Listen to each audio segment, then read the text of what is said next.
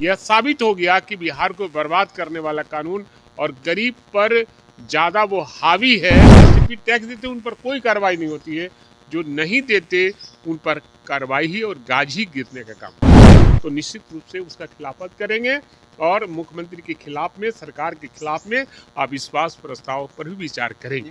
नमस्कार, स्वागत है आपका डीटीवी भारत में और मैं हूं आपके साथ सृष्टि श्रीवास्तव। शराबबंदी कानून पर संशोधन होगा, जो सरकार है वो संशोधन करेगी और इसको लेकर अब बयानबाजी का सिलसिला चालू हो चुका है। इसी सिलसिले में राजद के विधायक भाई वीरेंद्र ने एक बयान दिया है। उन्होंने कहा है कि अगर जनता के हित में ये संशोधन नहीं हुआ तो वो अविश्वास प्रस्ताव रखेंगे मुख्यमंत्री के खिलाफ और साथ साथ सरकार के भी खिलाफ। और भी कई सारे बातें बोली है उन्होंने और कहा है कि जो गरीब लोग हैं उन पर कार्रवाई होती है, लेकिन जो इनके कर्मचारी लेकिन जो इनके यूं कह सकते हैं कर्मी है, पुलिसकर्मी है या फिर बाकी लोग हैं, उन पर कोई कार्रवाई नहीं हो सकती है। ऐसे भाई वीरेंद्र ने तंज कसा है नीतीश कुमार पर। क्या कुछ कह रहे हैं, आप भी सुनिए। नीतीश कुमार संशोधन की बात से सोच रहे हैं। अब संशोधन करेंगे, क्या करेंगे? हमारे नेता आदरणीय लालू प्रसाद यादव उन दिनों भी कहा था, जब महागठबंधन में वो थे और मुख्यमंत्री हम लोगों ने बनाया था।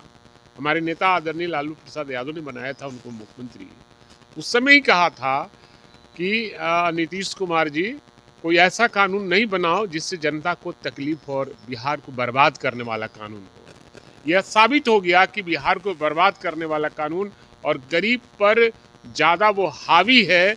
और आज के डेट में 1,40,000 लोग जेलों में बंद हैं, सलाखों में बंद हैं। वो कौन है?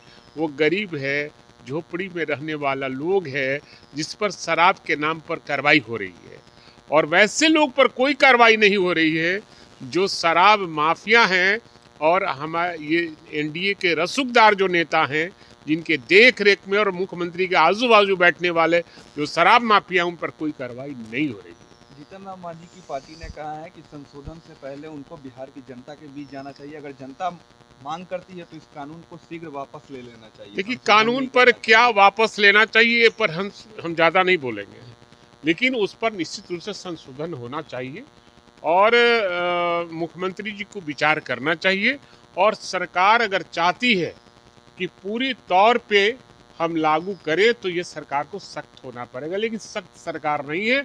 सरकार के जो रसूखदार नेता है वही शराब का खेप पर खेप, और जो वही पदाधिकारी को पोस्टिंग हो रही है जो आरसीपी टैक्स दे रहे हैं। जो आरसीपी टैक्स नहीं देते उन पर कोई कार्रवाई नहीं होती है, जो आरसीपी टैक्स देते उन पर कोई कार्रवाई नहीं होती है, जो नहीं देते उन पर कार्रवाई ही और गाज ही गिरने का काम। आने वाले सत्र में अविश्वास प्रस्ताव लाने देखिए, जब देखिए सबसे बड़ी चीज़ है कि हम संशोधन देखेंगे, अध्ययन करेंगे कि संशोधन क्या है, बिहार की जनता के हक में वो संशोधन है या फिर हमारे दल के हक में है कि नहीं है।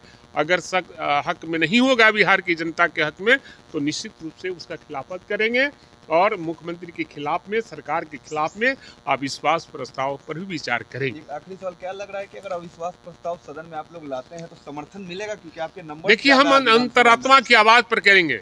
बिहार में बेरोजगारी इतनी बढ़ रही है, बेरोजगारों को रोजगार देने के लिए कोई इनके पास विजन नहीं है।